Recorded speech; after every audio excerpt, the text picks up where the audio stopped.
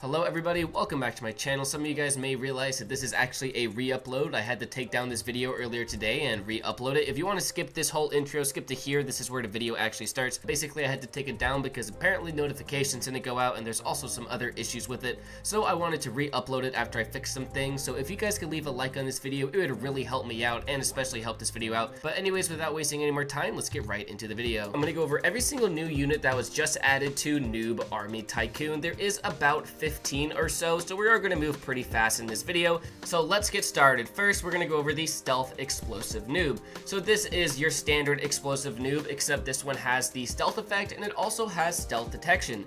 However, like every other Explosive Noob, this one suffers from the fact that it needs to be like in the enemy's face to do any damage, and obviously they explode. So overall, I don't think this is the best unit, but it is pretty much the best explosive unit due to its stealth effect. Next, we have the Heavy Special Forces Soldier. Pretty well-rounded unit. It does a lot of damage, has some decent health, it has camouflage, and it also has stealth detection. Its fire rate is 0.3, which is very quick. And it does a very good job at shredding any enemy planes that come in pretty quickly, and overall it is very powerful in mid-range combat, but the only thing it might struggle with is destroying those long-range enemies. They can oftentimes get picked off by enemy snipers. Next, we have the Heavy Special Forces Sniper, which is just like the Heavy Special Forces Soldier, but obviously a sniper version. It's got stealth detection and camouflage, and it has some massive range, but its fire rate is only 1.3, so it somewhat suffers with that, but it does a lot of damage, and I often found myself using these units more than the other one just because they have a lot of range, and most of the time snipers end up being the best units in this game simply because they can outrange everybody else. Next, we have the Supply Soldier. So the Supply Soldier is a little bit of a weak one, but it's more of a support guy. Basically what it does is it gives a 15% damage bonus to an allied troop for a lifetime. However, the problem with this is it cannot be stacked with other supply soldiers, and their health is only 150 and their speed is only 11, so they kind of just die a lot of the times. They will give a buff and then just die. However, putting one of these in your army can be a good idea because then you'll always have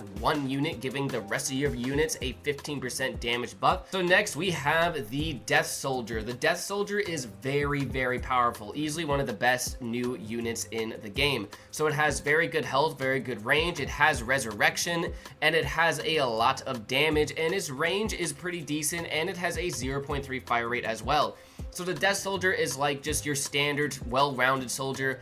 Great damage, mid-range, good resistances, good pretty much everything overall. There's not a lot of negative things to say about it except for maybe its cost, because it is a tier 6, so it is rather expensive. So next we have the Heavy Death Soldier, which is another tier 7 unit, so it is very expensive to unlock, and this guy is incredibly powerful. 0.3 fire rate yet again, and it also has resurrection, but its speed is 26, it has like 300 range, it has like 300 health. It has very good resistances as well, and it is a very powerful, well-rounded unit. I actually think the Heavy Death Soldier is a very good combo with some robot railgunners or other range units, because the Heavy Death Soldier has very medium range, and anything within its medium range kind of gets shredded, and I think it is a great new addition to the game. Next, we have the standard Phantom Scout. So the Phantom Scout has a stealth effect, stealth detection, and it has a Pierce Force Field. But again, its downside in my opinion is it is one of these scouting units, which means it has very fast speed, but very low health and very low range. So it needs to run up to enemies' faces practically to even begin attacking. And by the time they get up there and their stealth effect goes away, they just kind of immediately get melted once all of that is away. And I kind of find these units to be pretty bad, at least from my experience. All they would do is run up to the enemy, maybe get a kill or two, but then immediately get shredded. Next is the Elite Phantom Scout, which is the exact same unit to the team, just with higher stats overall. Elite Phantom Scout is faster, but I think it is just as bad. It might even be worse because it's just more expensive and you're really not getting much for it. They just die all the time, they very rarely get kills in my opinion, and they sort of just run up to the enemy to die. They're almost like cannon fodder. So the Elite Phantom Scout and the Phantom Scout I actually think are pretty bad, and I wouldn't really use them in my armies, but again, maybe I'm wrong and I'm using them completely incorrectly. So now let's move on to the vehicles, and two very cool vehicles were added to the game. The first one we're going to talk about is the Light Spawner Vehicle.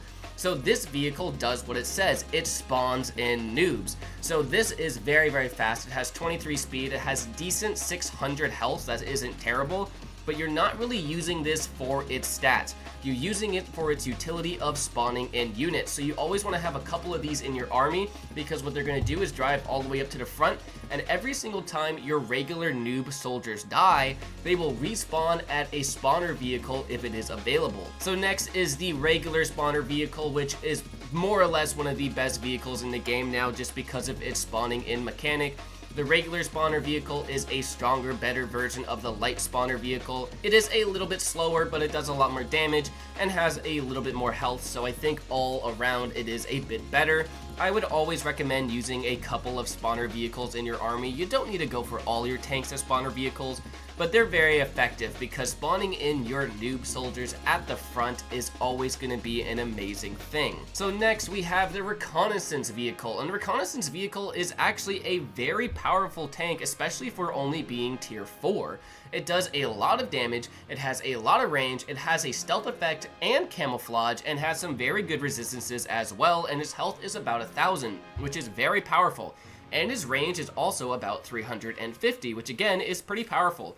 So overall, this is basically just a stealthy, strong tank. I think is better than most of the early game tanks, if not the best tier 4 tank. Good range, good health, good speed, good stats. Overall, it's just a great, well-rounded tank. So next we have the normal supply vehicle. So basically what supply vehicles do is give the units around them a whole bunch of buffs. It gives a 15% damage, 40% explosive damage, and 30% explosive range buff to ally troops for a lifetime. But again, just like the supply trooper, it can't be stacked.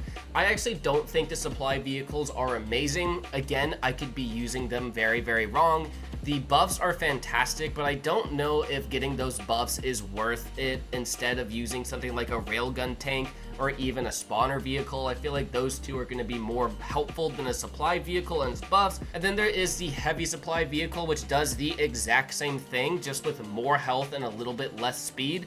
I, again, don't think the heavy supply vehicle is really that good. I could be using them very incorrectly, but I just don't think you should be using a buff unit in the vehicle slot, because it's much better to have something that does a lot of damage in the vehicle slot, or something like a spawner. Our last 3 units are gonna be ships. First, we have the light battle carrier. The light battle carrier is awesome. It is a very, very, very good unit. It spawns an explosive drone, which is gonna be flying towards the center of the map and explode and attack enemies.